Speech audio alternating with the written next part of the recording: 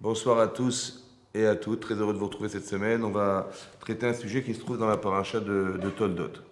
Il est marqué dans la paracha de Toldot. Et les Toldot, Yitzhak ben Avraham. Donc voici les descendants d'Yitzhak, fils d'Avraham. Avraham, au lieu d'Yitzhak, Avraham a engendré Yitzhak. Vaï Yitzhak ben Arbaï Shana, alors qu'Yitzhak avait déjà 40 ans. Shana Bekarto et Rivka, lorsqu'il va épouser Rivka, Bat Betuel. Arami Mipadan Aram, Achot Lavan Olisha. Il a épousé Rivka, qui était la fille de Betuel, nous dit la Torah. Il vivait à Padan Aram et elle était à la fois la sœur de Lavan, cet araméen, qu'il a prise pour femme. Rachid pose la question de savoir pourquoi on avait besoin de préciser qu'elle était à la fois la sœur de Lavan et la fille de Bethuel, puisqu'on savait pertinemment qu'elle vivait également à Padan Aram. Ça a été cité dans la paracha qui précède, dans Chaye Sarah. Lorsqu'Élisée a dû chercher une femme pour Yitzhak, il était donc dirigé à Padan Aram, là où vivait Abraham à l'époque, à Ur-Kasdim, d'accord, dans sa ville de naissance, et il a rencontré cette fille là-bas, qui était à la fois la fille de Bethuel, la sœur de Lavan. Pourquoi préciser? Alors Rachid nous dit qu'en fait, on veut louer cette femme en lui disant, en disant qu'elle était la fille d'un rachat. Son père c'était un rachat, son frère c'était un rachat, un mécréant.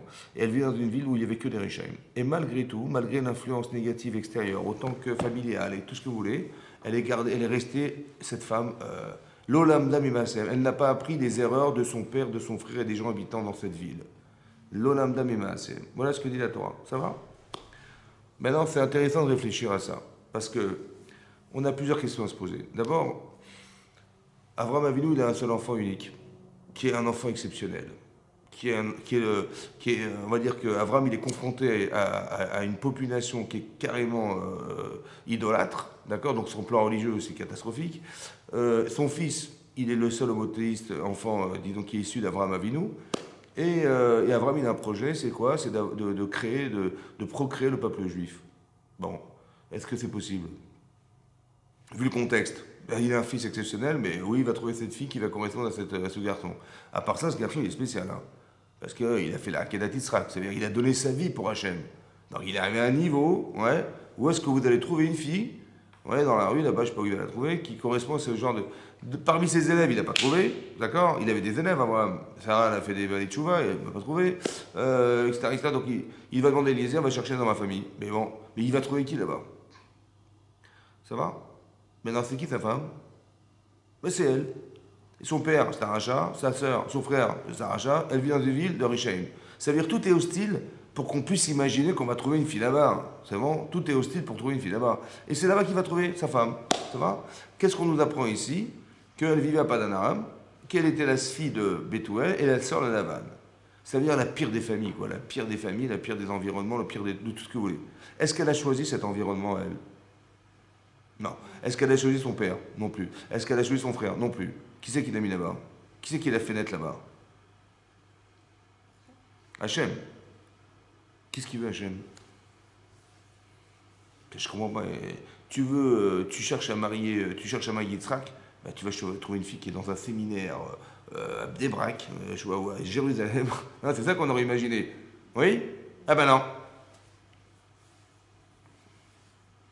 Ça veut dire, pourquoi Hachem il l'a mis dans un contexte pareil? Pourquoi il l'a mis dans une situation aussi difficile à vivre?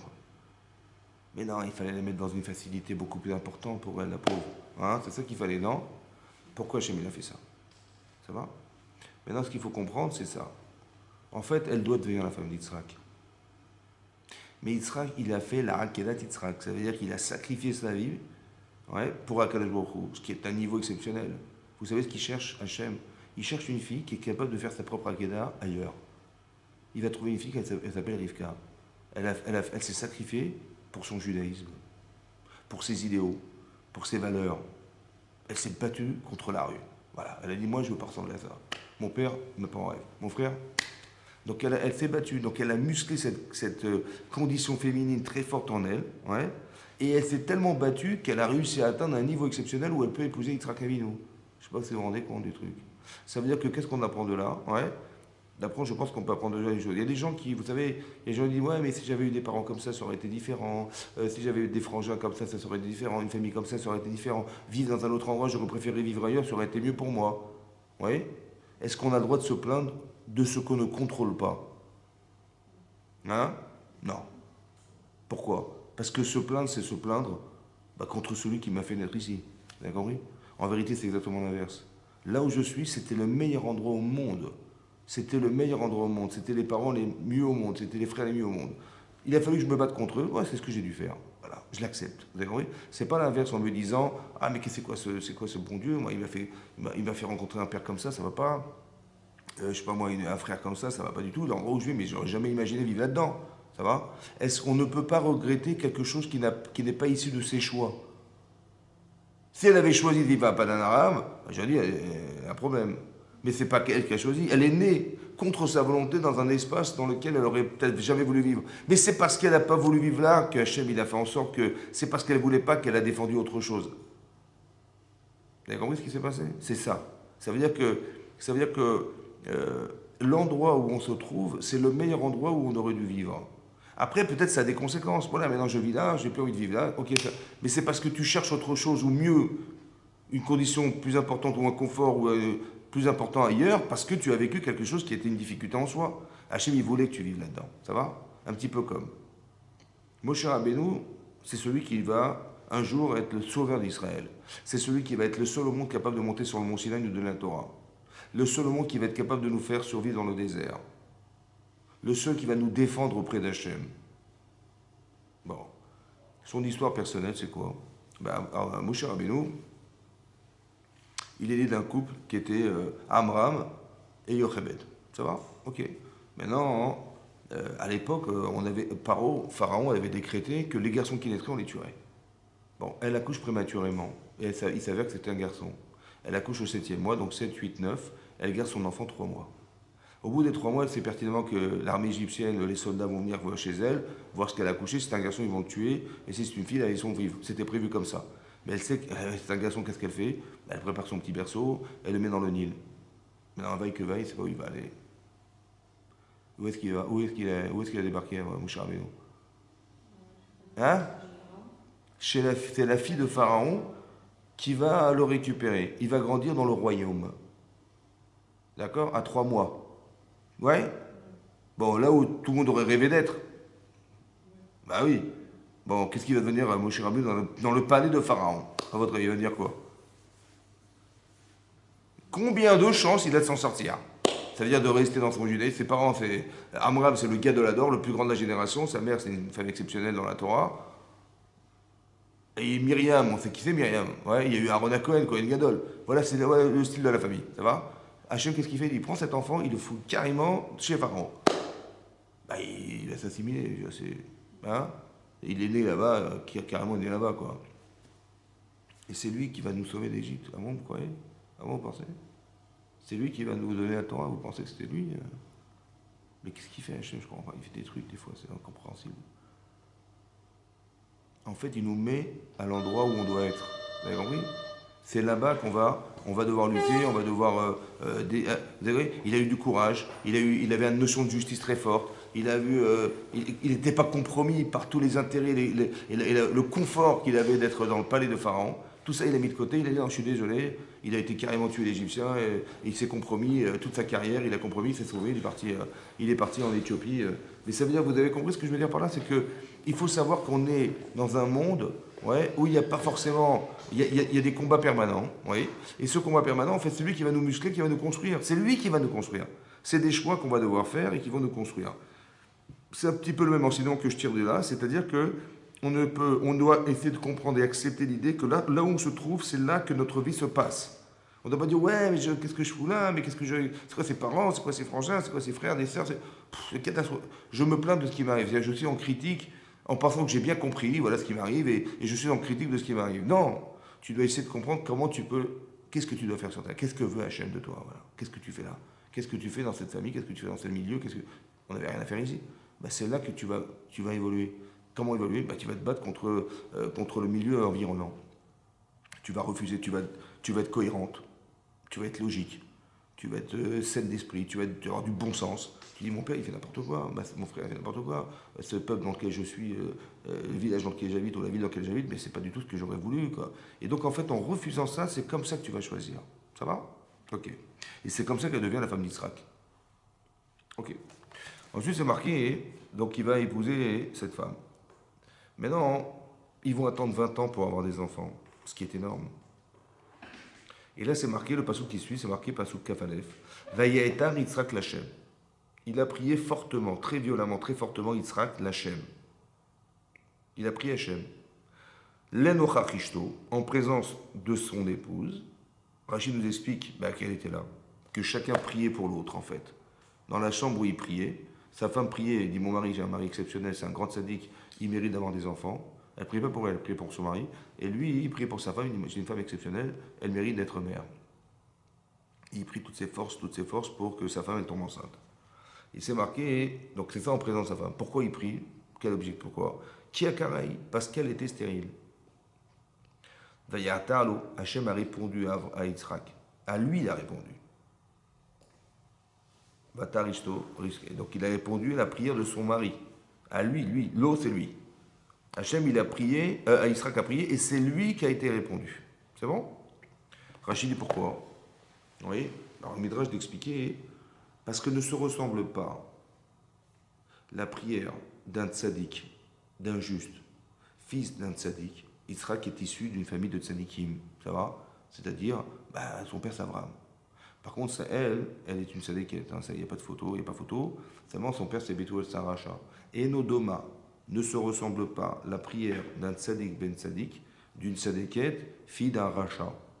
C'est pour ça, l'eau velola, c'est pour ça qu'on a écouté, Hachem a écouté la prière de Yitzhak, qui était fils d'Abraham, et pas celle de Rivka, qui était fille de Bethuel. Voilà ce qui est marqué dans Rachid. Ça va? Maintenant, bien sûr que tout le monde se pose la question, à votre avis, je vous la pose la question, qui c'est qui a plus de mérite? D'avoir été, d'être né dans une famille pareille, où son père c'est un rachat, son frère c'est un rachat, vit dans une ville de mécréants, tous des mécréants, et d'être capable de surmonter tout ça quand même. Pas de dire, mon père il a fait ça, je vais faire comme mon père. Mon frère il vit comme ça, c'est mon grand frère, je vais faire comme lui. La ville dans laquelle je vis, c'est un milieu, qu'est-ce que je fasse? J'ai été influencé par la ville. Je suis désolé. Non. Elle s'est battue pour devenir cette femme. C'est dur pour elle, c'est très dur pour elle. Oui. Alors que son mari, il est né chez Abraham Avinu, il a mis la kippa, on l'a mis les tzitzit, il a été à l'Eshiva, il est venu sadique, évidemment, qu'est-ce que tu fais d'autre? De toute façon, son père, il est exceptionnel, donc il va suivre son père, il est happé par son père, c'est comme ça, non? Qui c'est qui a plus de mérite? Elle ou lui? Après, oui, c'est elle. Alors pourquoi c'est lui qui a été agréé? Ça va? Bizarre. On a l'impression que tout est inversé. En fait, il y a marqué un secret. Vous avez compris comment je fonctionne? On pose des questions et on apprend de la Torah des choses. D'accord? La question est fondamentale parce qu'elle permet de sortir ce qu'on appelle un yesod, c'est-à-dire un secret qui est marqué dans la Torah. Ici, on ne comprend pas. C'est pareil, inverse. C'est l'inverse de ce qu'on aurait pu imaginer, qu'elle a plus de mérite que son mari quand même. Et on voit que c'est le contraire, c'est son mari qui a plus de mérite qu'elle. Comment ça se comprend? Alors là-bas, le Rav, il a expliqué le Or Racha, il s'appelait Or Racha, il a créé un livre, c'est le Rav Simcha Zissel, c'était un grand Talmid Racham. Et il a dit comme ça. Elle, la seule lumière qu'elle a, c'est sa cohérence. C'est son bon sens. C'est les vertus qu'elle a, c'est ça. Le reste, elle est dans l'obscurité totale, cette femme. Elle est dans c'est l'obscurantisme de l'époque et c'est le combat de rester dans la lumière. Et non. Quand vous voyez des gens pareils, auxquels il ne faut pas ressembler, ça va? Est-ce que c'est facile de faire le choix d'être une sadéquette lorsqu'on vit parmi des Réchaïm? De faire le choix. Vous êtes dans le noir total, vous ne voyez rien, dans une salle complètement obscure, et on vous gratte une allumette. Et naturellement, vous êtes attiré par la lumière. C'est facile de choisir la lumière lorsqu'on est dans l'obscurité. C'est facile de chercher la lumière, de trouver la lumière. C'est facile de dire, mais c'est pas ça que je dois être. Le choix, il est simple. Par contre, lorsqu'on est dans la Torah, on est dans la lumière. Mon père, il est exceptionnel, je vis dans un milieu exceptionnel, on est noyé dans la lumière permanente. Mais j'ai peur d'une chose, c'est que peut-être que je suis religieux parce que mon père, il m'a dit de faire ça. Ouais. Mais est-ce que c'est moi? Mon père, il m'a dit, mais t'as pas? J'ai mis ma kippa. Il m'a dit, mais toi, t'es de katan. J'ai mis mon katan. Fais tes filotes, fais Shabbat, fais tout ça. Mais est-ce que je le fais par mécanisme? Ou je le fais parce que, quelque part, c'est moi qui ai choisi? Elle a choisi, c'est sûr qu'elle a choisi, elle. Mais est-ce que lui, il a choisi? Elle a choisi. Parce qu'entre son père, son frère, la rue, et ce qu'elle pense être vérité, pour elle, il n'y a pas photo. C'est facile de faire le choix de la lumière lorsqu'on est confronté à l'obscurité. Mais il n'y a pas d'obscurité chez Yitzhak. Tout est lumière, tout est clair, tout est vide. Donc tu me dis, ben, c'est facile. Mais non, c'est là que c'est le plus compliqué. Parce que tu n'existes pas dans cette lumière. Tu n'es pas toi, tu n'as pas fait le choix d'être cet homme. Tu as subi l'influence, l'éducation qu'on t'a imposée d'être cette personne, mais tu n'es pas. Vous avez compris? Est-ce que tu es plus dans la robotisation d'un acte ou tu es plus parce que tu as compris l'acte? Vous avez compris ça? C'est ça le danger. On peut fabriquer. C'est beaucoup plus compliqué d'être fils de tzaddik que d'être fille d'un rachat dans la construction humaine. Je parle dans la construction. Elle a fait des choix pour elle qui étaient cohérents. Bah, vu que c'est de l'obscurité en permanence, c'est sûr que tu vas faire le choix de la lumière. Mais lui, quel choix il va faire? Il va faire le choix de ce qu'on lui a imposé, le choix de ce qui était a priori ce qu'il devait faire. Est-ce qu'il est construit cet homme? Non. Et là, vous allez voir que ce genre de personnes, ça crée des paradoxes. Vous allez voir que c'est des gens qui ont des comportements qui sont des comportements qui ne sont pas des comportements choisis. Par exemple, vous avez un personnage dans le Torah qui s'appelle Lot. Ça va, Lot. Lot, il est à la fois le beau-frère d'Abraham Avinu, puisque c'est le frère de Sarah, et à la fois son neveu. Il a les deux, d'accord. Donc c'est vraiment la famille, quoi, c'est la famille. Maintenant, Lot, il décide de suivre Abraham. Donc il suit Abraham, là où il va, il le suit, il fait des efforts multiples, quitte ses parents, quitte sa ville, quitte tout. Il suit Abraham, quoi, il suit Abraham. Maintenant, c'est marqué dans la paracha de la semaine dernière, oui, qu'on a vu, que Lot, que Hachem, dans Paracha de Vaïra, que Hachem a décidé de détruire la ville de Sodome. Bon, où habitait Lot. Maintenant, c'est que dans la ville de Sodome, l'hospitalité est interdite. On ne peut pas inviter les gens, on ne peut pas donner à manger à qui que ce soit. Hein, les pauvres, ils meurent là-bas, ça n'existe pas. Et donc, qu'est-ce qui se passe? Lot, il fait un acte surhumain. Hein, c'est-à-dire, il va recevoir ces anges qui pensaient des hommes, et il va les recevoir pour leur donner à manger. Donc, il sait qu'il va risquer sa vie. Oui. Donc, on dit, mais c'est un homme exceptionnel. Il a risqué sa vie pour recevoir des gens chez lui, quand même. Hein, la misva d'Arnasatochim, chez lui, elle est très profonde et très vraie. C'est vrai. Ça, c'est vrai. D'un autre côté, bizarrement, hein, lorsque Abraham et Sarah sont partis en Égypte, vous vous rappelez? Bon, Abraham, il a dit à sa femme, écoute, dis-leur que tu es ma sœur, parce que si tu leur dis que je suis ton mari, ils vont me tuer pour t'épouser. Bon, là-bas, c'est marqué dans le Midrash que Lot, il se dit, je le dénonce ou pas? Pourquoi? Parce que si je dis à Paro, tu sais, il n'est pas du tout sa sœur, c'est son mari. Hein. Et puis, bon, bah, ils vont tuer Abraham, et puis moi, il va me dire, grâce à toi, j'ai épousé cette femme merveilleuse, très belle. Il va me gratifier de ça, il va me payer ou il va me donner des cadeaux. Il avait un doute. Vous imaginez, l'autre, il avait un doute de dénoncer son beau-frère, qui est à la fois son oncle, hein, pour soutirer de l'argent ou des cadeaux, des bénéfices de Paro. Mais comment c'est possible? Vous avez compris? Comment tu fais un truc et son contraire? Mais comment tu vis? J'ai pas compris.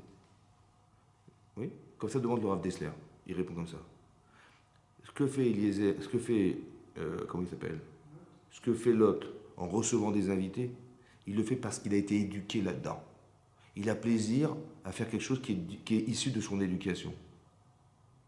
Et donc il va faire comme il a appris chez Abraham, j'ai adoré ce qu'il a fait. Mais est-ce que tu fais parce que fondamentalement tu l'as compris? Chesed? Ou bien parce que, bah oui, c'est du mimétisme.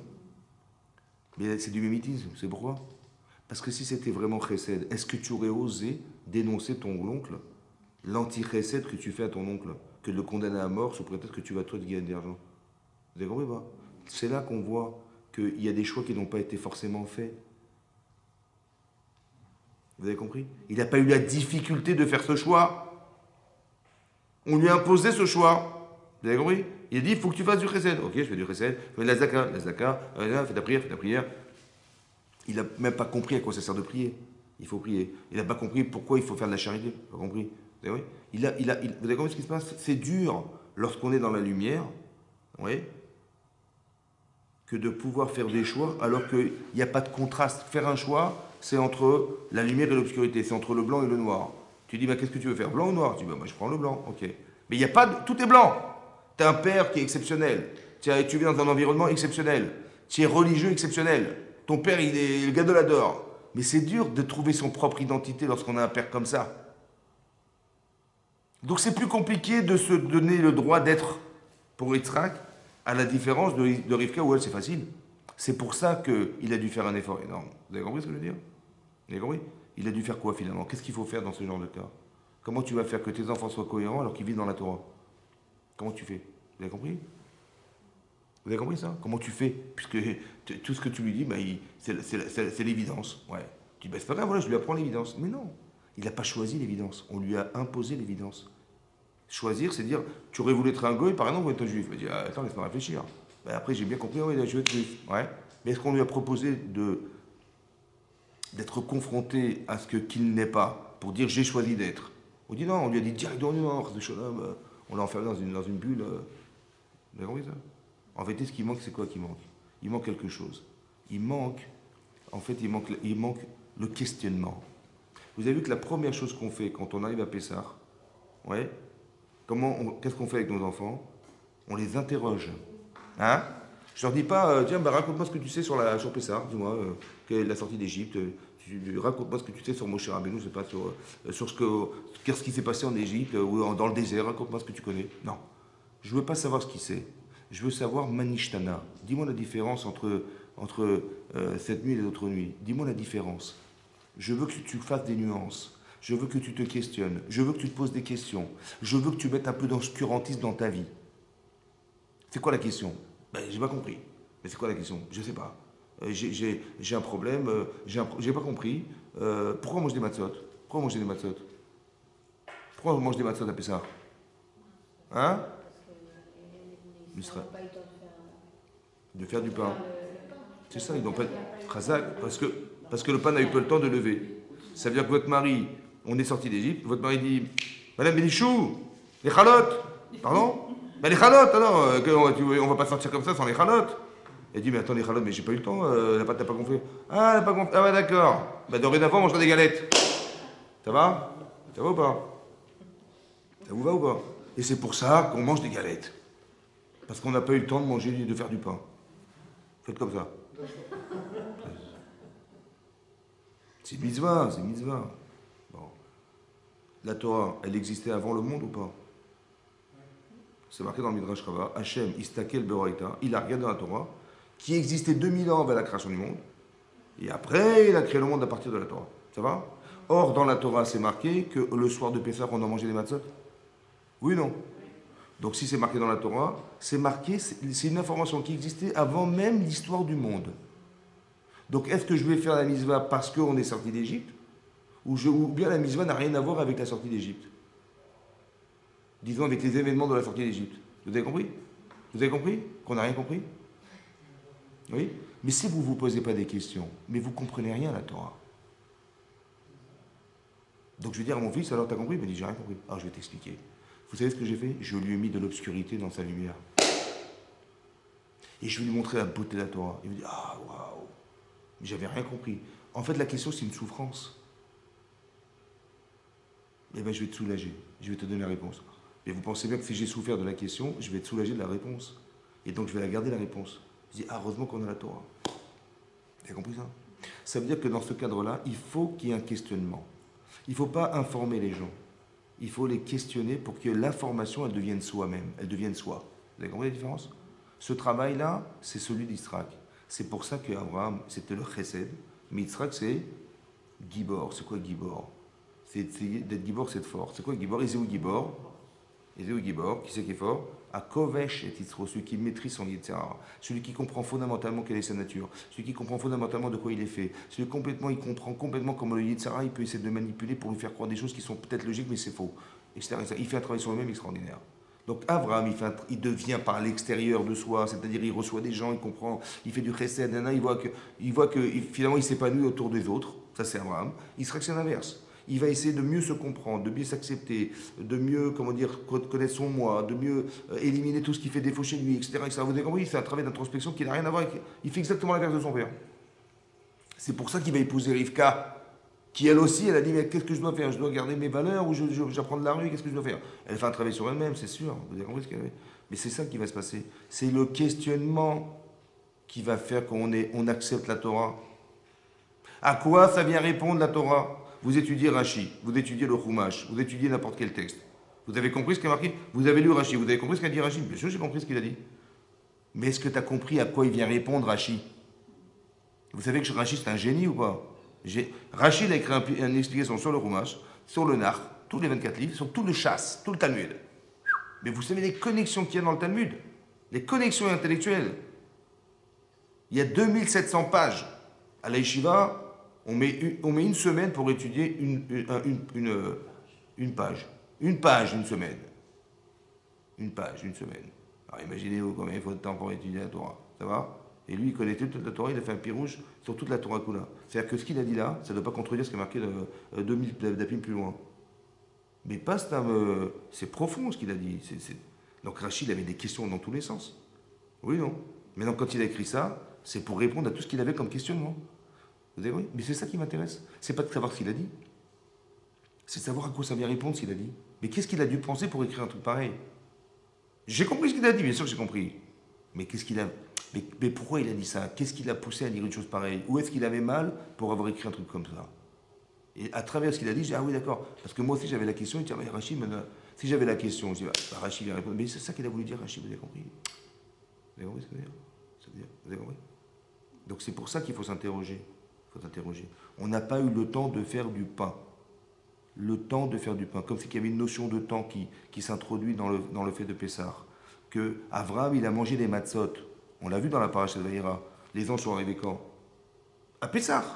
Il a dit à sa femme, Ougot, prépare des Ougot, prépare des matzot. Lot, il a reçu les invités à la maison. Rachid nous dit clairement, c'était Pessah, il a mangé des matzot. Mais Avraham, il n'a pas vécu la sortie d'Égypte. Ni ses parents n'ont vécu la sortie d'Égypte.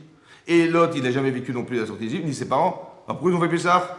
Si, tu fais Pessah, toi, tu sais pourquoi? Parce qu'un jour, tes parents, ils étaient en Égypte, ça va? Et donc, tu dois te rappeler de ce qui s'est passé. Donc, tu vas commémorer ce qui s'est passé. Mais c'est faux! Puisqu'Abraham, il n'est jamais sorti d'Égypte, ni ses parents. Vous avez compris? Donc, c'est l'interrogation. On doit s'interroger. On doit s'interroger. C'est ça. C'est ça, l'éducation. C'est d'interroger, de poser la question, que la personne, elle soit capable d'avoir des solutions par elle-même, de devenir par soi-même, ce qui n'a rien à voir. Ça, c'est le travail, ouais, de Yitzhak. Maintenant, écoutez bien ce qui est marqué. Sa femme est stérile. Sa femme est stérile, d'accord? Yitzhak, sa femme est stérile. Maintenant, qui c'est qui souffre le plus? C'est elle ou c'est lui?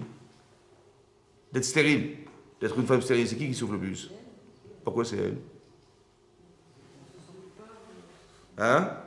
Pourquoi c'est la femme qui souffre plus que son mari d'être stérile? Son mari n'a pas d'enfant, elle n'a pas d'enfant. C'est vrai. Elle ne pourra pas en avoir. C'est vrai. Si elle ne peut pas en avoir, elle peut en avoir. C'est vrai. Disons qu'elle n'aura jamais le bonheur d'être mère. Lui, il pourrait un jour être père, mais jamais elle. C'est vrai. À part ça, ben, elle peut culpabiliser cette femme quand même, en se disant, ben, mon mari ne pourrait jamais être père sans moi. Il n'y a que moi qui peux lui procurer ce bonheur d'être père, et moi je suis stérile, je ne pourrai jamais, donc elle culpabilise. C'est vrai ou pas? À part ça, ça va durer combien d'années? Combien il va supporter que je sois sa femme sans avoir des enfants? Un jour, il va se passer quoi? Ben, il va vouloir divorcer. C'est vrai? Donc elle est malheureuse. Oui. Il est marqué que Yitzhak c'est un tzaddik. Fils de tzaddik. C'est quoi un tzaddik? Ben, sa femme, elle se plaint, sa femme, elle est malheureuse. Il va la voir, il dit, mais qu'est-ce que t'es malheureuse? Il dit, ben écoute chérie, on n'a pas d'enfant. Ah là là là là, t'as pas d'enfant, mais va t'occuper de tes œuvres. Mais c'est ton problème, va avoir des gynécos, va avoir des machins, va t'occuper de ta vie. Occupe-toi de tes problèmes de femme. Qu'est-ce que tu fais la tête, mais j'ai pas besoin d'avoir une femme comme ça, mais va t'occuper de toi. C'est ça ou pas? C'est pas gentil, hein. Moi, je fais exprès, c'est pas... Tu fais la tête, tu fais, mais je vis pas avec une femme qui est malheureuse, j'ai autre chose à faire que va t'occuper de tes problèmes de femme, ça va? Va t'occuper de toi, va avoir des gynécos, va avoir des... Ici, c'est marqué qu'il était tzaddik, d'accord? C'est quoi un tzaddik? Ah, écoutez-moi bien. Il est marqué, il a prié fortement Yitzhak, l'Hachem, il a prié fortement Yitzhak, l'Hachem, l'Enochach Ishto, en présence de sa femme, parce qu'elle était stérile. Et je me suis dit, mais c'est bizarre, comment c'est formulé? Il aurait fallu marquer, il a prié fortement Hachem, parce qu'elle était stérile. Maintenant qu'elle était présente ou pas, ben c'est un problème géographique. Il dit, elle était là, il était là aussi, Chazak Obalour. Mais pourquoi la Torah, elle a mis la présence de sa femme au milieu de la prière? C'est quand même bizarre, non? Il aurait dû dire, il a prié fortement Hachem, Veyata Hachem, qui a Karaï, parce que la raison de sa prière, qui justifie sa prière, c'était la stérilité de son épouse, ouais, mais non, qu'elle était là, bon, c'est un détail, elle était là, ok, Chazak Obalour, elle était là. Mais pourquoi c'est marqué qu'elle était là, avant même qu'on ait parlé de la stérilité de son épouse? Vous avez compris ça? Alors de là, j'ai compris comme ça. Il va interroger sa femme. Il dit, mais qu'est-ce qui t'arrive? Je vois que tu es malheureuse, qu'est-ce qui t'arrive? Il dit, ben, j'ai marié, ce qui m'arrive, on n'a pas d'enfant. Je dis, alors, j'ai compris, on en aura, c'est pas grave. Ouais, mais tu comprends. Mais quoi? Elle va lui sortir, je culpabilise. Elle va lui sortir, j'ai un désir d'enfant que je n'arrive pas à combler. Elle va lui dire, j'ai peur de divorcer. Il faut qu'il lui fasse sortir tout ce qu'elle a dans le ventre. Pourquoi il doit faire ça? Hein? Non. Parce qu'il va prendre à charge la souffrance de sa femme. Ah ouais. En présence de sa femme. Vous avez compris ça? Comme si que la stérilité, c'était un moyen d'accepter un sadique. C'est pas de lui dire, écoute, ma femme, écoute, prends tes responsabilités, t'es femme, t'as des problèmes de femme, va t'occuper de toi. Je me décharge. Non. Je prends à charge. Vous avez compris ce qui se passe? Je souffre, hein, mais je sais qu'elle souffre plus que moi. Alors je vais prendre à charge sa souffrance. Et je vais prier aussi pour elle. Vous avez compris ce qui se passe? Vous avez compris? C'est ça un tzaddik. C'est ça un tzaddik. C'est pas quelqu'un qui va dire, ben, moi je connais la Hara, super, j'ai compris. Mais tu vois que ça souffre autour de toi. Tu peux pas rester indifférent à ce qui se passe. Ouais. Vous avez compris? Alors je ne suis pas indifférent. Qu'est-ce que je fais? Je vais faire le contraire. Je vais la faire parler, mais le maximum. Je vais essayer de ressentir le maximum de ce qu'elle ressent d'amertume. Et je vais essayer le maximum de prendre à charge tout ce qu'elle ressent, parce que je sais, c'est ça. Il n'est pas marqué dans Rachi qu'il était fils d'Abraham. Il y a marqué qu'il était tzaddik, fils de tzaddik. Mais c'est très difficile d'être un tzaddik quand on est fils d'un tzaddik. C'est très, je vais vous expliquer. C'est dur quand tu es dans la lumière de choisir la lumière. Bah, tu es déjà dedans, tu n'as fait aucun choix. Non, il faut que tu le deviennes. Donc il s'est questionné, il a créé des questions, il s'est mis en contradiction avec ces situations, il dit mais qu'est-ce que j'aurais pu faire? Et c'est là que la réponse, c'est là qu'on prend en charge, c'est là qu'on devient. Et c'est ça qu'il est devenu. Vous avez compris? Et je vais vous dire un autre enseignement. Peut-être qu'il a même appris des erreurs de son père. Écoutez-moi bien. Il est devenu tzaddik, fils de tzaddik. Ouais. Mais pourquoi? Parce qu'il a tiré des leçons des erreurs de son père. Quelles erreurs? Là-bas, c'est marqué que Sarah, alors que ça faisait 10 ans qu'il vivait en Eretz Israël, ouais, dans la paracha de Vaïra, c'est marqué là-bas, qu'elle a fait un truc qui est complètement anti-féminin. Hein. Elle a dit, ouais, ça fait 10 ans, peut-être que... Moi, je sais que mon mari, il aura des enfants, c'est ce qu'Hachem lui a promis. Hachem, il a dit, Abraham, tu auras des enfants. Mais avec qui? Peut-être c'est pas moi. Vous imaginez comment elle a réfléchi ou pas? Qu'est-ce qu'elle a fait? Elle a dit, j'ai une très bonne élève, qui s'appelait Agar, qui était la princesse d'Égypte.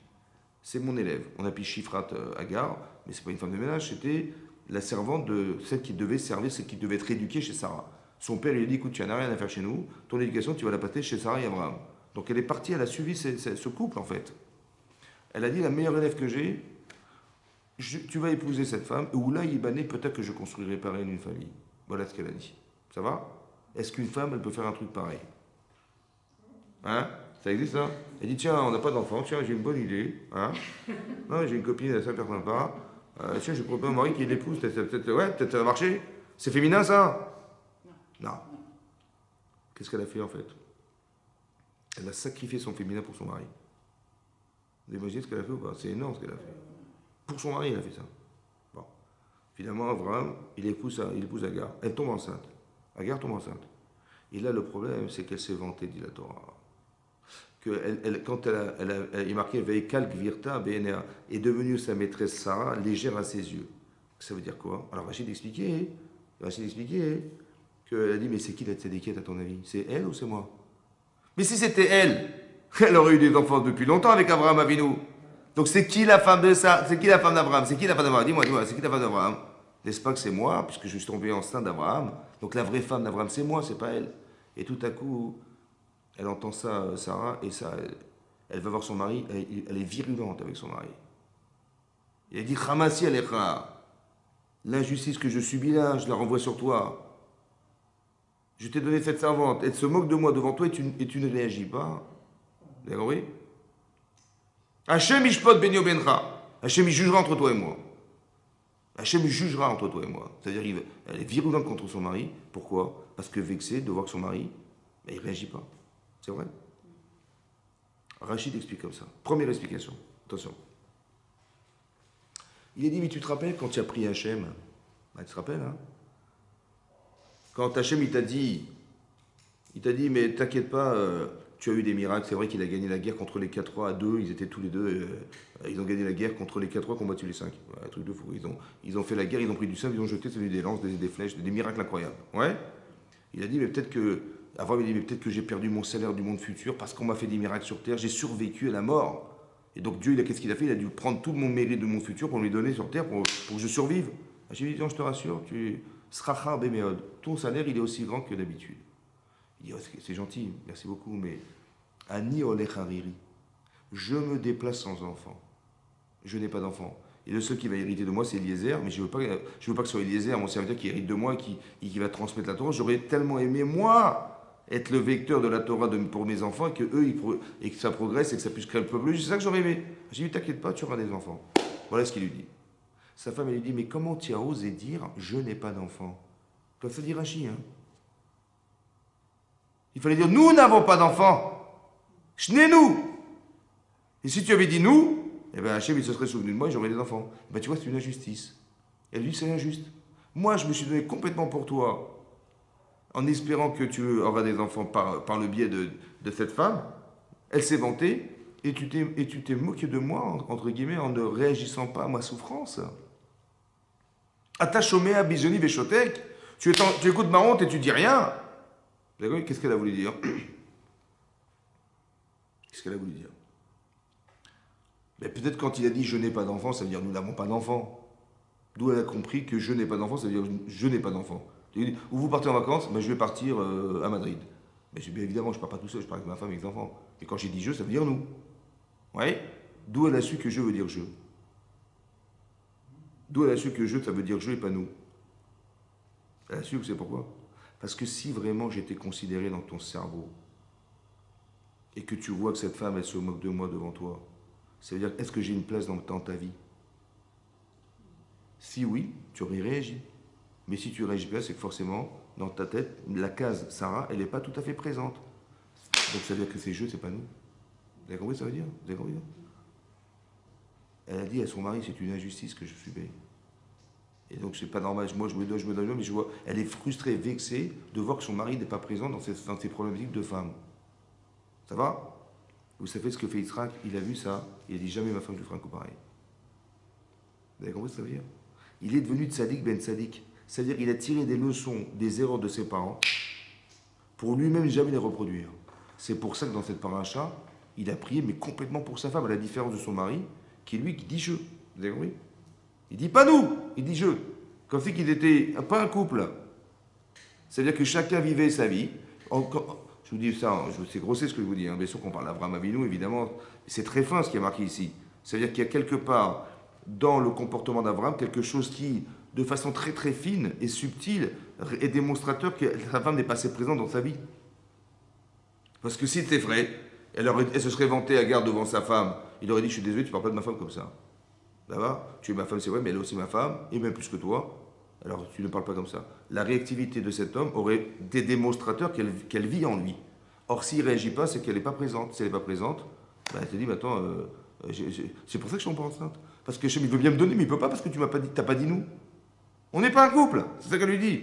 Hachem, il veut bien me donner, mais il veut bien donner à deux, mais tu dis je, ça va pas. Il envoie qu'une bracha, ça passe pas. Parce que je ne suis pas présente dans ta vie. Vous avez compris ce que je veux dire? Vous avez compris ça? Ça veut dire qu'il faut conjuguer sa vie. Il ne faut pas cohabiter ensemble. Il faut coexister ensemble.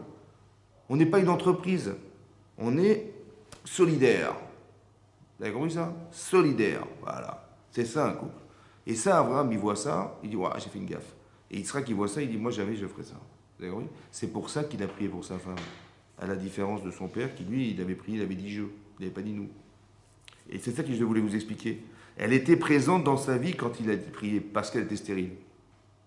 Comme si que la stérilité, c'était un prétexte pour aller faire en sorte qu'il allait, lui qui était fils de tzaddik, ça veut dire qu'il avait construit sa vie à travers les enseignements de son père, évidemment, mais la remise en cause de l'enseignement de son père, la remise en cause de la Torah, la remise en cause, la question qui va faire que la Torah vient répondre à quelque chose. Vous avez compris? La Torah vient répondre à quelque chose, mais quelle était la question? C'est fondamental. Si vous ne vous posez pas de questions, vous dites, bah oui, j'ai compris, c'est marqué. Voilà, je vous lis la paracha, très bien compris. À quoi ça vient répondre? La Torah ne nous raconte pas des histoires. C'est pas un livre d'histoire. C'est un livre d'enseignement. Qu'est-ce que ça veut nous enseigner? À quoi ça vient répondre tous ces enseignements-là? Voilà. Ben, j'ai un problème de relation avec ma femme, avec mes enfants, avec mes frères, mes soeurs, machin. Ben, je vois comment l'autre il se comporte, comment il peut se contredire comme ça. Vous voyez? Comment Korach, il peut à la fois être un grand sadique et aller dire à Moshe Rabbeinu, mais tu es un imposteur. Mais comment tu peux te rebeller contre la référence de la Torah? C'est pas possible. Vous avez compris? Tous ces comportements, il faut les réfléchir. Comment c'est possible qu'on peut avoir une chose et son contraire? Comment c'est possible? Alors tu comprends maintenant, hein, qu'il y a des paradoxes dans l'être humain. Et c'est là que tu vas approfondir et comprendre que finalement la contradiction humaine, ben, c'est la contradiction que nous sommes. Tu as un corps et tu as une neshama. Ton corps, il a des principes, ton corps, il a des besoins que ta neshama n'a pas. Ta neshama, elle veut dans le ciel, ton corps, il veut sur la terre. Mais la contradiction de nos choix, est-ce qu'elle n'est pas construite parce qu'on est déjà contredit par soi-même? Hein? Vous avez compris ça? Tu le fais ou tu le fais pas? Attends, laisse-moi réfléchir. Attends, il faut y aller là-bas, c'est fatigant, ça va me coûter de l'argent. Je dis, mais c'est misva. Ouais, mais attends, laisse-moi réfléchir. Attends, ça va me coûter de l'argent, c'est fatigant. Mais si tu as des chambres, tu dis, mais fonce. Ton corps, il dit, attends, calmos. Vous avez compris? Je suis fatigué, j'ai pas envie, ça me coûte trop cher, c'est trop fatigant, etc. C'est corporel tout ça. Vous avez compris? Donc le tiraillement de mes choix, c'est de savoir que je suis tiraillé entre ce que mon corps me demande de faire et ce que ma neshama me demande de faire. J'écoute qui? Vous avez compris? Donc quand j'ai fondamentalement compris, j'ai répondu à la question, évidemment que la mitzvah est prioritaire, et alors je vais dire à mon corps, mon chéri, tu sais quoi, ça va durer 120 ans sur Terre, mais là-bas c'est l'éternité. Donc si tu veux faire un choix entre l'éternité et la vie que tu vas passer sur Terre, je pense qu'il vaut mieux choisir l'éternité. Tu vois? Oui? C'est logique? Alors viens, suis-moi. Vous avez compris? Donc mon corps, il dit avec plaisir, j'y vais. Mais il faut que j'arrive à réconcilier mon corps avec moi-même. C'est un problème corporel, c'est pas un problème intellectuel. C'est corporel. J'ai pas envie, je suis fatigué, ça me plaît pas, ça m'intéresse pas. Mais pourquoi ça t'intéresse pas? En fait, c'est corporel. J'ai envie de kiffer autre chose dans ma vie. Et la Torah m'interdit certaines choses, donc la Torah, ça m'intéresse pas. Mais c'est pas qu'elle t'intéresse pas, c'est parce que tu as des intérêts qui vont occulter, annihiler le fait que la Torah a raison. Vous avez compris ça? Donc si tu l'as pas compris, bah, toute ta vie, tu vas te planter. Toute ta vie, tu vas de façon traditionnelle refaire Pessah comme tes parents t'ont dit. Mais ils n'ont pas forcément réfléchi à ce qui est marqué dans la Torah. Ils vont dire, ouais, on va souvenir d'un sortie d'Égypte. Et quand tu vois les textes, tu dis, mais ça va pas, il y a un problème, ça va pas. Et c'est pas ça qui est marqué. Et là, tu commences à réfléchir et tu vas comprendre qu'il y a autre chose.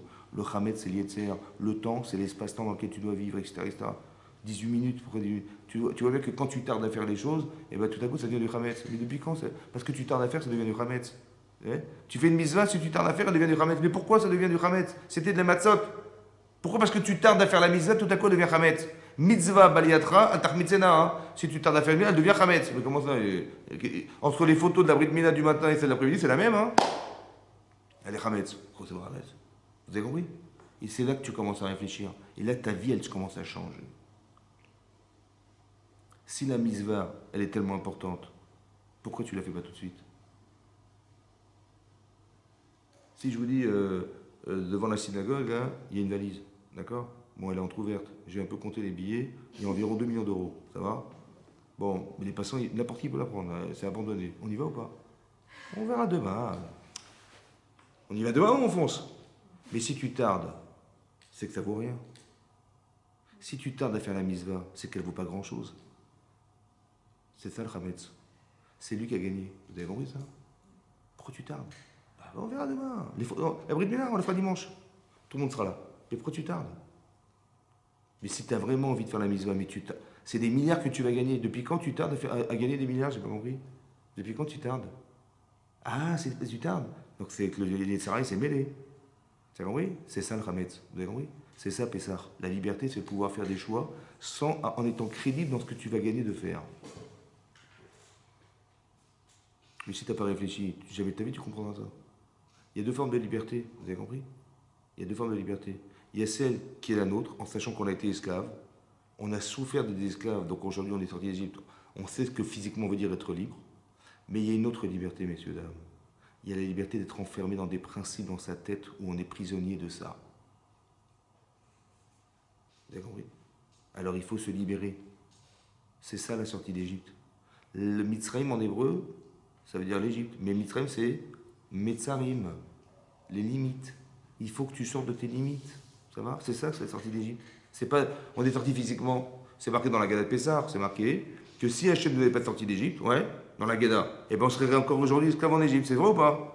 Mais c'est gratuit d'écrire un truc pareil. Réfléchissez 2 minutes. Comment toi, il y a 2000 ans, t'écris, ouais, si Dieu n'avait pas sorti, ça serait sorti d'Égypte. On serait resté là-bas.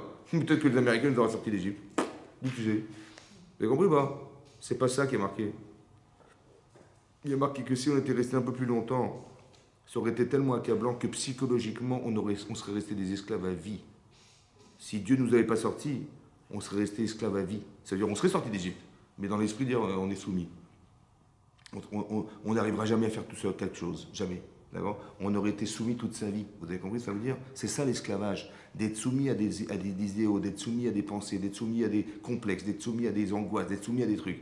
Donc la véritable liberté, elle n'est pas là. C'est ça qu'Abraham il a compris. Vous avez compris? C'est pour ça qu'Abraham il n'a pas eu besoin de manger des matzot pour faire la mitzvah de Pessah.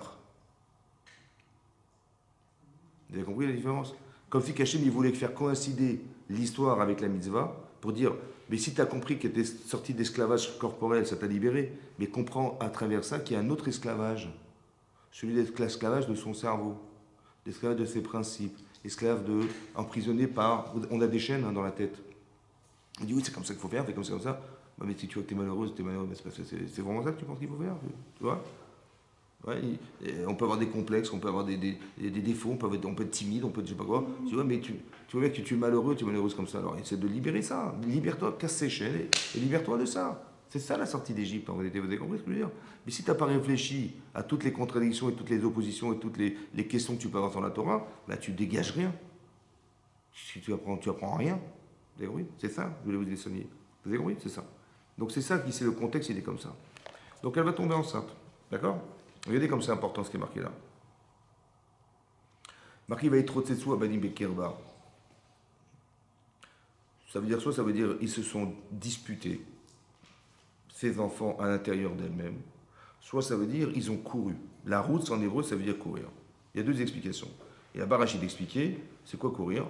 Elle était enceinte, elle ne comprenait pas comment cet enfant il peut avoir envie de sortir, il court et envie de sortir lorsqu'elle passe devant un centre d'études. C'est super. Il veut sortir quand elle passe devant une maison d'idole. Je comprends pas, mais il est fou ce gosse. Quoi. Et elle souffrait énormément, très très dur, c'était très dur, parce qu'il voulait absolument sortir. Ouais. Et elle comprenait pas ce qui arrivait. Elle a interrogé ses amis, elle dit mais c'est ma première grossesse, est-ce que vous avez subi une grossesse aussi difficile? Elle dit moi jamais, non. Elle comprenait pas ce qui lui arrive. Ça va? Regardez ce qui a marqué. Je continue le texte. Vatomer, regardez ce qu'elle a dit. Vatomer, elle a dit. Imken, si c'est ainsi, lamazé anochi. Ça veut dire quoi? Lamazé, lama, zé, anochi. Anochi. Je, il n'y a pas de verbe. Lamazé anochi. Pourquoi cela, moi? Vous avez compris? Le petit nègre. Qu'est-ce qu'elle a dit? J'ai rien compris. Elle a dit lamazé anochi. Pourquoi cela, moi? Et donc elle est partie, les droits chez Hachem, elle a été voir Hachem pour lui expliquer qu'est-ce que c'est cette grossesse qu'elle subit. Ça va? Qu'est-ce qu'elle a dit? Qu'est-ce qu'elle a voulu dire en disant qu'est-ce que cela moi? Il manque un verbe dans la phrase, il n'y a pas de verbe. Qu'est-ce qu'elle a voulu dire? Lamazé anochi. Pourquoi cela moi? Qu'est-ce qui m'arrive à moi? C'est ça. Regardez ce que dit Rachi. Elle n'a pas dit ça. Regardez ce qu'elle a dit. Hein? C'est incroyable. Hein? Ah oui. Alors, je vais vous dire comme ça. Je vais marquer, je vais vous lire Rachid. Rachid dit comme ça. Vatomer, Lamazé Anochi. Lamazé Anochi, mit ava, j'ai tellement désiré. Pourquoi j'ai tellement désiré? Ou mit palelet, elle rayonne, et j'ai prié pour tomber enceinte. Qu'est-ce qu'elle a dit? Elle n'a pas dit, mais qu'est-ce qui m'arrive? Elle a dit, mais qu'est-ce que j'ai été de prier, d'avoir tellement eu désir d'être tombée enceinte, alors que j'ai un enfant qui est vraiment contradictoire. Ça va? Comme c'est qu'elle quoi? Elle regrettait. Vous avez compris ce qu'elle est en train de dire? Elle n'a pas dit, mais qu'est-ce qui m'arrive? Elle dit, mais qu'est-ce que j'ai été faire de prier? Pour avoir un enfant comme ça? J'aurais pas aimé. Ça va? Oui ou non? Vous savez ce que dit le Midrash? Qu'elle aurait dû avoir 12 enfants. Elle en a eu? Elle a perdu 10 enfants. Parce qu'elle a regretté d'être tombée enceinte. Ça va? Écoutez-moi bien maintenant. Maintenant, c'est ce qu'elle a dit. Qu'est-ce qu'elle a dit? Elle a dit, mais qu'est-ce que j'ai été faire de prier? Ouais, j'ai désiré, j'aurais jamais dû désirer. Ça va? Parce que pour avoir un enfant comme ça, j'ai pas envie. C'est bon? Il s'avère qu'elle a eu 2 enfants. Maintenant, mettez-vous, écoutez-moi bien ce que je vous dis. Mettez-vous dans la peau de l'enfant qui subit ce message. Est-ce que vous croyez qu'un bébé dans le ventre de sa mère, il comprend rien? Hein? Il ressent ou pas? Très bien. Donc quand elle a dit, mais qu'est-ce que j'ai été faire de prier? Qu'est-ce qu'elle a dit? Elle a dit à l'enfant qu'elle ne voulait pas, en fait. L'enfant qui court vers la voie d'Azara, là, il court là-bas. Il dit, mais ce gars, je ne veux pas. C'est ça qu'elle a dit, non? Mais qu'est-ce que j'ai été faire de prier? Mais non, lui, qu'est-ce qu'il ressent? Lui, il subit ça. Qu'est-ce qu'il ressent, l'enfant? Un rejet de sa mère. Il dit, ma mère, elle ne m'aime pas. Ma mère, elle ne veut pas de moi. Vous avez compris pas? Embryonnaire, je vous parle d'embryonnaire. Hein. Par exemple, il y a des gens qui ont des traumatismes de leur vie. Ouais. Oui. Tu dis, mais pourquoi t'es mal dans ta peau? Pourquoi t'es trucs? Il dit, mais je sais pas pourquoi. Le type, il est des fois même rasé les chambres suicidaires. Hein. C'est des gens qui ont. Il dit, mais qu'est-ce qui t'arrive? Je pense à la mort. Pourquoi? Je sais pas. En vérité, quand on ne se souvient pas, c'est soit embryonnaire, soit c'est entre 0 et 3 ans. On n'a pas de souvenir. Ça va? Donc quand on ne se souvient pas, le gosse, il a eu un problème, il a vu, je sais pas, quelqu'un se faire écraser, j'en sais rien, quoi. Il a vu mourir devant lui, il ne s'en rappelle pas. Mais il a pleuré comme un fou, ou il a vu ses parents se disputer, il a pleuré, vous avez compris? Mais il ne s'en rappelle pas. Pourquoi il ne s'en rappelle pas? Il vit des angoisses qu'il ne peut pas s'expliquer. Pourquoi? Parce qu'il a vécu des choses dont il n'a pas le souvenir. Donc il ne peut pas t'expliquer. Mais si par exemple il avait 8 ans, il avait 6 ans, il avait 5 ans, et il tombe des escaliers, il se casse la figure. Et on a été obligé d'amener à l'hôpital, ça va? Pour le faire un plâtre. Maintenant il est angoissé, le pauvre gosse, ouais. Maintenant à 40 ans, il n'a que des angoisses dans la tête. Je dis, mais pourquoi tu es angoissé? Ben, parce que quand j'étais petit, j'ai descendu les marches, et j'ai glissé, et je me suis cassé la jambe, et ça va. J'ai eu très peur de mourir, j'ai eu très peur de trucs, et ça m'est resté. Je dis, t'as quel âge aujourd'hui? Il dit, ben, j'en ai 35. J'ai compris, mais t'as 5 ans ou 35 ans? Je dis, 35 ans. Mais si tu as 35 ans aujourd'hui et tu tombes des escaliers, qu'est-ce que tu vas faire? Je dis, bah, si je tombe des escaliers, je vais demander à quelqu'un qui m'a fait appeler l'ambulance, il va me transporter à l'hôpital, on mettra un plat et puis je vais faire de la rééducation. T'es sûr? Bah ouais. Bah, c'est ça que tu vas faire. En vérité, ton angoisse, elle vient de ton incapacité à pouvoir gérer ton existence. Mais si tu avais eu aujourd'hui, si tu avais à 5 ans, tu avais l'âge de 35 ans, qu'est-ce que tu aurais fait? Bah, j'aurais pris, j'aurais appelé la police, j'aurais appelé les pompiers, j'aurais appelé l'ambulance, on aurait et voilà ce que. Bah, c'est ce que tu vas faire.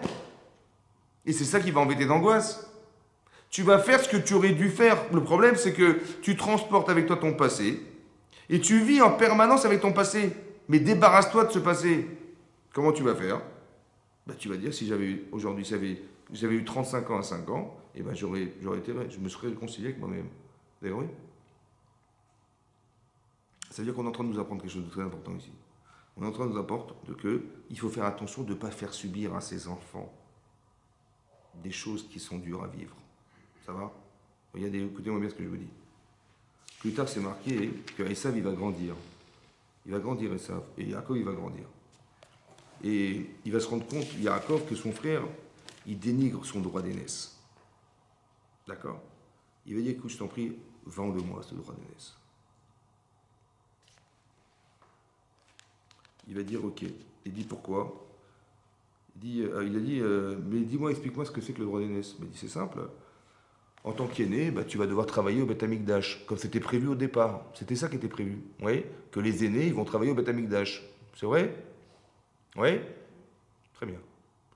Maintenant, il dit alors, d'accord, je vais travailler là-bas, tu vas faire des sacrifices. Et alors, bah, si tu fais des sacrifices correctement, super. Sinon, bah, tu risques de mourir. Et ah bon? Ani olech lamout? Je vais mourir? Ouais? Voilà, je vous lis le texte, hein, c'est ce qu'il a dit, Esav. Hein. Il a dit, Vayomer Esav, Iné, Anochi olech lamout, je vais mourir à cause de ça. Ouais, à cause de la Bechora, d'être un aîné. Lamazeli Bechora. Regardez ce qu'il a dit. Lamazé. Lamazé. Lamazé. Pourquoi cela? Li. Bechora. Ça vous rappelle pas cette phrase-là? Ça vous rappelle? Vous imaginez ce qui va se passer? Il a répété ce que sa mère a dit. C'est incroyable. Lamazeli Bechora. À quoi ça me sert à moi la Bechora? Comme si que quoi? Il dit, mais si je mets. Il a dit, pourquoi il a refusé? Il dit, parce que je suis un rachat. C'est ma mère qui m'a dit. Quand j'étais en demain, elle m'a dit, t'es un rachat. Elle dit, bah alors que vous aimez ça la Bechora, je vais mourir avec. De toute façon, je ne suis pas capable. Hein. Donc je vais mourir, je n'ai pas envie de mourir.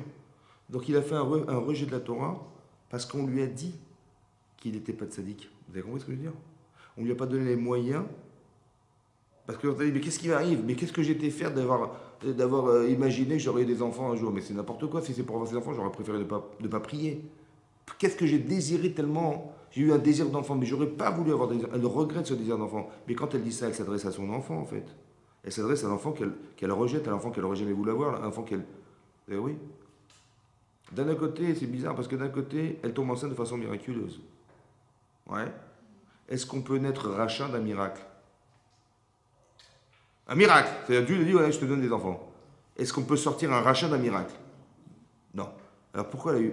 Comme si elle s'est dit, pourquoi elle a fait ça? Peut-être, écoutez-moi bien. Regardez le Yitzhara de cette femme. Écoutez-moi bien. Elle s'est battue toute sa vie contre son père. Elle s'est battue toute sa vie contre son frère. Elle s'est battue toute sa vie contre l'environnement dans lequel vivait Padan Aram. Est-ce que tout ça, le résultat, c'est que j'ai un enfant qui fait Avodazara? Mais c'est exactement ça que j'ai battu toute ma vie. Mais c'est ça! Je me suis battu toute ma vie contre ce père qui fait Avodazara, ce frère qui est un escroc, et cette ville, elle est escroc. Et je me suis battu, mais quoi, le résultat, c'est ça? Le résultat, c'est quoi? Le résultat, c'est d'avoir un enfant qui va faire Avodazara, mais jamais de ma vie. Je veux pas de ce gosse, moi. Oui? Maintenant, qu'est-ce que ça veut dire? C'est bizarre quand même que cet enfant il soit attiré vers l'Avodazara, c'est normal, c'est bizarre. Ouais. Mais non, tu l'as pas choisi. Il est venu en toi, cet enfant. Maintenant, qu'est-ce que ça veut dire? Peut-être qu'il aurait une tendance. D'accord, il va vouloir faire Avodazara. Mais est-ce que vous pensez que cet enfant, il est foutu? Non. Mais qu'il a une tendance naturelle, on va dire, à être porté vers cet Avodazara. C'est une tendance. Mais est-ce qu'il a les moyens de se battre contre cette tendance? Obligé. Pourquoi? Parce que sinon, il n'a plus de choix. Il ne peut plus exister, cet enfant. Donc forcément, il a une potentialité qui va l'amener à penser que c'est l'inverse qu'il faut qu'il fasse dans sa vie. C'est ça son épreuve. Ça va? Donc il va faire preuve de Yirat Shamaim. Oui, non. Comme son père. C'est pour ça que ton père, il aimait cet enfant. Pourquoi il aimait ça? Parce qu'ils se ressemblent tous les deux. L'un, il a un Yetzirah énorme, ouais. Et le père, il a fait un travail sur lui-même toute sa vie. Il dit, je vais t'aider. Et ça, il ressemble plus à Yitzhak que Jacob, il ressemble à son père. Vous avez compris? C'est pour ça qu'il a aimé cet enfant, pour essayer de l'aider à sortir de cette problématique de... Seulement, ça n'a pas marché. Parce que l'enfant, il fait son choix, il vit sa vie, il fait... Vous avez compris? On n'est pas né rachat, on a choisi de l'être. Ça n'existe pas un rachat, ça n'existe pas. C'est quelqu'un qui a choisi d'être. Hachem lui avait dit, tu vas naître rachat, tu vas naître sadique, ça n'existe pas ça. C'est quelqu'un qui a décidé de l'être. Qu'est-ce que tu fais de ce qu'on t'a donné? Tu es intelligent, tu es fort, tu as une grande bouche, ouais, tu es virulent, tu sais te battre, tu sais, voilà. Qu'est-ce que tu fais avec? Qu'est-ce que je vais faire avec? Je vais exploiter les gens, je vais les voler, je vais les tuer, Mais tu penses que... Mais tu as une question. Qu'est-ce que tu fais de cette force? Qu'est-ce que tu fais de cette virulence? Qu'est-ce que tu fais de cette façon de... cette faculté à parler dur avec les gens? Tu as des pouvoirs. Qu'est-ce que tu fais avec? Ma question. Réponse, je vais exploiter les gens, je vais les manipuler. Mais peut-être que tu aurais fait autre chose de ta vie. Peut-être que quand on a besoin de gens qui ont une grande bouche, on dit on a des problèmes avec le gouvernement, on a des problèmes avec des gens, on va pas prendre des timides, on va prendre des gens qui ont une grande bouche. Voilà, on va te prendre toi. Faire la mise-vote avec. Ouais. C'est-à-dire que tu peux utiliser ce que tu pourrais croire comme un défaut. C'est faux, c'est pas un défaut. C'est juste que tu ne sais pas l'utiliser. Ça va? L'orientation de ce que tu es. Et pas de croire que je suis comme ça, je viens pas d'un arabe, je suis une rachat. Mon père a dit, je suis un rachat. C'est vrai que quelqu'un qui a vécu dans une cité, c'est dur de trouver des intellectuels dans les cités. J'ai vécu avec des voyous, des machins, c'est dur de s'en sortir. Mais c'est son épreuve. C'est ça l'épreuve. Vous avez compris? Qu'est-ce que tu vas faire dans cet environnement? C'est ça la question. Réponse, demande une réponse. La réponse qu'il a, je vais devenir un voyou. Je dis non, justement, je vais faire l'inverse, je ne veux pas devenir un voyou. Vous avez compris? C'est toi qui décides après. Mais c'est une réponse. Mais est-ce que tu avais la question? Il y en a qui n'ont même pas la question. Il dit j'ai vécu, j'ai subi, voilà, j'ai grandi là-dedans, je me suis habitué, voilà, et maintenant je vends de la drogue, je vole des motos, je vole des voitures. J'ai grandi, mais tu n'avais pas de question dans la vie. Tu t'es pas dit mais c'est vraiment crédible. Tout ça parce qu'on n'a pas appris aux gens à se poser des questions. Alors les types, ils suivent le courant. Mais c'est pas ça le rinour, c'est pas ça le rinour. Le rinour, c'est d'expliquer aux gens, voilà ce qui est cohérent, voilà ce qui n'est pas, voilà à quoi la Torah vient répondre, tu vois. Tu dis, mais moi j'aurais voulu être un goy, pourquoi pas? Il y a 99,998% de gens qui ne sont pas juifs. Bah, un paquet quand même. Je dis, bah, c'est tentant quand même. Ils n'ont pas de restrictions, on n'est pas machin. C'est vrai, c'est tentant. Alors il faut que tu comprennes en quoi c'est pas une restriction. Si par exemple je vous dis, allez, vous avez rencontré votre copine, ouais, et votre futur mari, et vous allez voir vos beaux-parents. Bon, le type il vient, il dit bonjour, je me présente, machin, ouais. Il met les pieds sur la table, il enlève ses chaussettes et ses chaussures, il met les pieds sur la table comme ça. Ça se fait ou pas? Hein? Laisse-moi tranquille, je fais ce que je veux ici, d'accord? Je suis libre. Hein? Est-ce qu'on est libre? Non, il y a des choses qui ne se font pas. En vérité, vous allez vous rendre compte que la liberté, c'est pas de faire ce qu'on a envie de faire. La liberté, c'est de savoir ce qu'on ne peut plus faire. La liberté, c'est de savoir, en vérité, je suis libre parce que je ne vais pas mettre mes pieds sur la table. Celui qui met sur la table, il est victime en vérité de ces idéaux débiles de croire que ça se fait de mettre tes pieds sur la table. On va manger à table, tu mets tes pieds sur la table. Donc la liberté, c'est pas d'avoir le choix, c'est de plus avoir le choix. C'est de plus avoir le choix. Vous avez compris la liberté? Il y a des libertés de choix, de dire qu'est-ce que tu choisis, c'est une liberté. Mais à un moment donné, la véritabilité, c'est de plus avoir le choix, d'être une sadéquette. Tu peux faire une avéra ou une misva? Moi, je vais faire une misva. Et le choix de faire l'avéra? Non, excusez-moi, je suis désolé, je ne fais plus d'avéra. Vous avez compris? La liberté, c'est de plus avoir le choix. Il faut que tu n'aies plus le choix de faire n'importe quoi de ta vie. Il ne faut plus qu'il y ait une option qui soit... Mais pour ça, il fallait avoir une opposition. Il fallait que j'ai le choix de faire ça, de faire ça. Tu vas travailler, tu vas pas travailler? Moi, je vais rien foutre. C'est un choix. J'ai pas compris, mais comment tu peux pas vivre comme ça? Tu as compris? Il faut que tu réfléchisses. Est-ce que c'est viable? Est-ce que c'est crédible? Est-ce que c'est machin? Je dis, oui, j'ai compris, excuse-moi. J'avais la question. Je dis, ouais, mais évidemment, c'est pas cohérent. Je vais travailler. Ou je vais faire. Vous avez compris? C'est ça. Et c'est parce que tu as la question. Ou tu dis, non, j'ai pas la question. Je me pose pas de questions. Je vis ma vie, je suis tranquille. Mais non, il faut que tu t'interroges. Est-ce que c'est crédible? Est-ce que tu es crédible? Voilà. Et c'est ça qui. Et cette interrogation, elle doit nous permettre, ouais, cette interrogation, de pouvoir se recadrer, de se retrouver quelque part. Ouais, voilà. Ben, c'est ça que je veux dire. D'accord. Donc il y a les influences extérieures. Il y a ce qu'on a dit de nous. Par exemple, Chava, qui était la mère de Caïn, elle va dire à son fils, tu t'appelleras Caïn. Pourquoi? Parce que Kaniti Ishet Hashem. J'ai acquis un homme avec Hachem. On était mon mari et moi, et Hachem, on a conçu cet enfant, c'est toi. Tu es le premier enfant né de la création du monde. Voilà ce qu'elle a dit à son enfant. Ça va? Donc qu'est-ce qu'il a entendu lui? Bah, je suis le numéro 1. Maintenant, Evel, je suis le numéro 2. Ça va ou pas?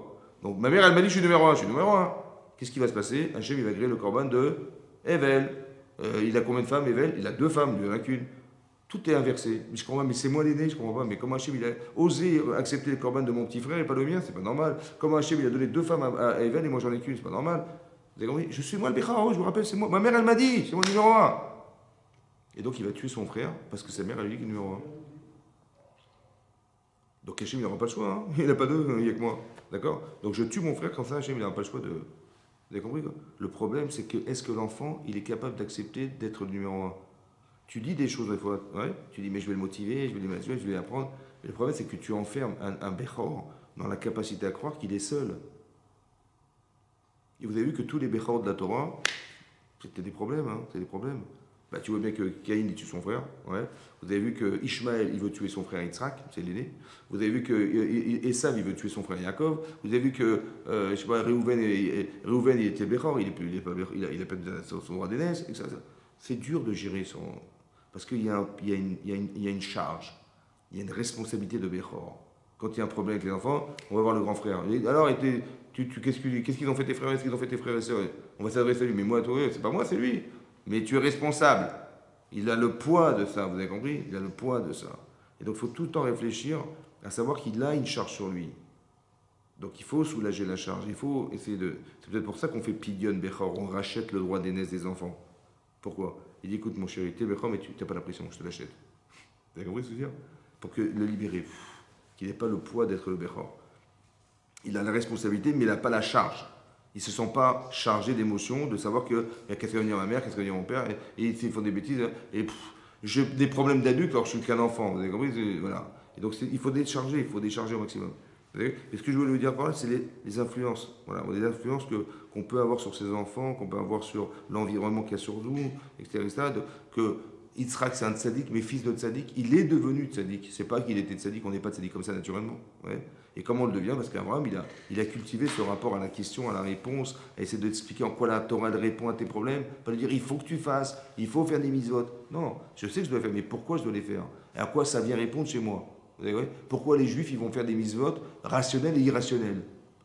Pourquoi tu mets tes tefilines? À quoi ça sert? Quand tu as un cerveau, il te sert à quoi? Bah, tu mélanges pas les la viande. Pourquoi? C'est comme ça.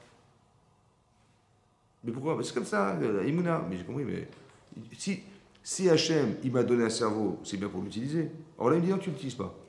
C'est quand même vexant, quand même, non? C'est vexant ou pas? Bah, pourquoi il a fait ça, Hachem? Bien compris, pas? Mais si tu poses pas de questions, tu comprendras rien à la Torah. Alors, je vais t'expliquer pourquoi il a fait ça. Parce que toi, tu as la prétention de croire que tu comprends Dieu, toi. Hein, c'est ça, hein? Ouais, c'est ça. Avec ton cerveau de génie, tu sais dimensionner l'université d'Hachem. Il est universel, il est éternel, il est... Ouais, c'est ça. Donc toi, avec ton cerveau, tu vois l'univers, tu vois Dieu. Ouais, il est infini, Dieu. Mais toi, tu comprends l'infini, toi. Tu comprends, mais est-ce que tu mesures l'infini? Non. Par contre, si tu dis, moi, Dieu, c'est comme ça. Il est Rachoum, il est Chanou, il est gentil, machin. Et tu vois des trucs, il y a des catastrophes dans la vie. Je sais pas pourquoi il est gentil ou pas. Des fois, l'autre, il a perdu son mari, l'autre, il s'est écrasé dans la rue. Oh là, ouais. Tu dis, vous êtes sûr que Dieu existe ou. Je sais pas. Ouais. J'ai dit, j'ai rien compris. Hein. J'ai pas compris. Mais c'est bizarre parce que ça me paraît cruel, c'est contraire à ce que je savais de Dieu. Et là, je vois que le ciel est là, la terre elle tourne, il y a du soleil, il y a des nuages, il y a les saisons, il y a des trucs. Ça a l'air de fonctionner. Hein. Donc il y a Dieu, il n'y a pas Dieu, je comprends rien. J'écoute mon chéri. Il y a Dieu, seulement Hachem, il a des calculs qui vont au-delà de ce que tu conçois. Maintenant, j'accepte que je n'ai pas compris. Je n'ai pas l'audace de dire je sais que j'ai compris, et ça, c'est pas le bon Dieu, ça. Non, j'ai pas l'audace. Mais d'où tu as cette faculté? Parce que tu mettais de fini le matin. Hachem, il a fait exprès que tu fasses des mitzvot qui soient irrationnels pour dire j'accepte, même si je comprends rien. Et ça me sauve la vie, ça. Vous avez compris pourquoi? Parce que c'est pas parce que tu n'as pas compris que c'est faux. Vous avez compris? Dis, ah, c'est ça, il n'y a pas de bon Dieu. Ouais, c'est pas ça, Dieu il est gentil, les machins. Mais est-ce que tu penses que tu peux dimensionner la capacité intellectuelle qu'a Akadosh Baruch Hu, ouais, pour dire c'est pas possible, c'est lui? Attends, de quelle audace tu veux dire ça? Alors j'ai pas l'audace, c'est pour ça que je mets les tefilines. Parce que je voudrais m'habituer à me construire dans ma vie, dans ce qui est rationnel. Tu fais des mitzvot, c'est intelligent, c'est des choses qui sont socialement intelligentes, c'est vrai. Mais il faut savoir que tu ne peux pas te subordonner à Akadosh Baruch Hu ce que tu penses. Parce qu'il est infini, Hachem, autant que la mitzvah elle est infinie. Alors tu vas t'habituer à penser à l'infini. Comment tu fais? Tu dis, je laisse exister Dieu, même dans ce que je ne comprends pas. Ça va? Il n'existe pas dans ce que j'ai compris, mais même dans ce que je ne comprends pas. Or, Hachem, il est certainement plus dans ce que tu comprendras jamais rien de ta vie que dans ce que tu comprendras. Parce qu'un jour, tu vas arriver à 120 ans, tu vas au Gan Eden, tu dis, Dieu, c'est ça, voilà, c'est la petite boulette là-bas, tu vois, c'est ça Dieu. C'est ce que j'ai compris, hein. C'est stupide. Dieu, il était largement plus dans ce que tu sais pas de ce que tu sais. Donc l'exclu existait dans ce que tu sais pas. Comment tu fais? Tu fais les rouquines. Tu fais des lois irrationnelles. Ça te permet d'accepter Hachem dans l'immensité de sa loi. Dans ce qu'il est lui, pas dans ce que tu penses toi. Ne suborde jamais une mitzvah à ce que tu penses. Jamais. Tu dis, c'est intelligent. Oui, c'est vrai, tu as raison. Mais je ne fais pas parce que c'est intelligent. Parce que si tu penses que tu fais pour ça, parce que c'est intelligent, est-ce que tu le fais pour la mitzvah ou tu le fais pour toi? Est-ce que ton acte, il est infini ou il est concentré dans ce que tu penses? Ben oui. Plus c'est logique, plus c'est compliqué. Parce que je ne sais même pas si je le fais, je ne tue pas les gens parce que j'aurais jamais tué personne, ou je ne tue pas parce que c'est une mitzvah. C'est compliqué, ça, vous comprenez? C'est compliqué. C'est plus compliqué que de faire des choses que de toute façon, j'aurais jamais faites. Vous avez compris?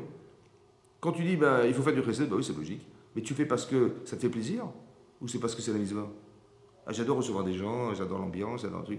Mais tu fais parce que ça te fait plaisir. Tu enfermes ton acte dans un acte limité, réfléchi sur toi-même, ou tu l'envoies à l'infini ton acte. Vous avez compris? Vous avez compris? Donc tout ça, ça se réfléchit, tout ça. On te dit, si tu fais une mitzvah, tu vas au Lomaba. Mais comment tu passes? Tu bascules de la limite de ce que tu fais à l'infini. Comment tu fais? Tu as mis tes tefilines, ça t'a pris une seconde. Hein. Parce que le nœud, c'est la mitzvah. Le reste, c'est Milah Rabbanan. Tu as fait comme ça, tac, tu as fait la mitzvah. En une seconde, un petit boîtier de 4 cm sur 4 cm, Tu atteins l'infini dans un acte limité. Toi, tu es limité, ton temps est limité, l'objet est limité, tout est limité. C'est vrai ou pas? Comment tu accèdes à l'infini dans la limite de ce que tu fais? Tu as compris? Tu fais une mitzvah, ça t'amène au baba. Mais comment tu bascules de la limite dans l'infini? Comment tu fais? Quelle baguette magique t'a permis d'y accéder? Vous avez compris ce que je veux dire? Mais ça, il faut réfléchir, tout ça. Et quand tu as compris ça, ça te soulage. En vérité, il est où l'infini? Il est où? Hein? Il est où? Hein? Il est en vous. Il n'est pas dans le ciel, il est là. Il est dans votre neshama. Quand vous faites une mitzvah, vous faites quelque chose qui est... D'un côté, votre neshama vous dit, mais fais-le. Votre gouffre, il dit, mais attends, laisse tomber. Ouais. Donc quand vous faites abstraction de vous pour... En fait, vous rentrez dans l'infini qui est en vous, en fait. Vous avez compris? Parce que la Torah, elle est en vous. Depuis que vous êtes né, avant que vous naissiez, vous avez appris la Torah dans le ventre de votre mère. Donc votre Torah, elle est en vous. Donc quand je dis j'accepte la Torah, je suis d'accord d'accéder à ce qui est infini en soi. C'est ça l'infini de la Baba. Vous avez compris? En fait, vous le portez en vous. La conscience que vous avez d'avoir accepté la Torah, ça vous permet d'accéder à l'infini de ce que vous portez en vous, parce que vous avez une neshama. Il dit, ouais, il va faire ça, il va monter dans le ciel, sa mise va aller partir dans le ciel. Quand c'est que Dieu, il avait des sacoches là-bas, ouais, et puis tiens, hop, hop, on va remplir les sacs. Oui. C'est pour ça qu'il faut rendre un peu plus intelligent la Torah, parce que Hachem, il est intelligent, je vous rassure. Hein. Donc plus vous savez comprendre et rendre intelligent la Torah, plus vous allez peut-être comprendre ce qu'Hachem, il a voulu dire. Mais si on part, si vous avez une réflexion qui est très basique et tout, c'est-à-dire qu'on rend la Torah pas très intelligente, le créateur, il est très intelligent, je vous rassure. Donc l'auteur de la Torah, il est très très intelligent. Donc il faut rendre intelligent ce que vous allez dire. Il faut dire, ouais, alors Rivka, elle a épousé machin, Razak, une belle histoire, une histoire d'amour fantastique, ouais. Ils ont des enfants, moi c'est un peu difficile, la pauvre, elle a eu ça. Vous avez compris? Non, il faut essayer de comprendre tout ce qui s'est passé, tous les mécanismes, c'est ça la chorma. Et c'est ça qu'on veut faire. Razak ou Baruch? Ah ben je vous ai retenu longtemps cette fois-ci. Razak.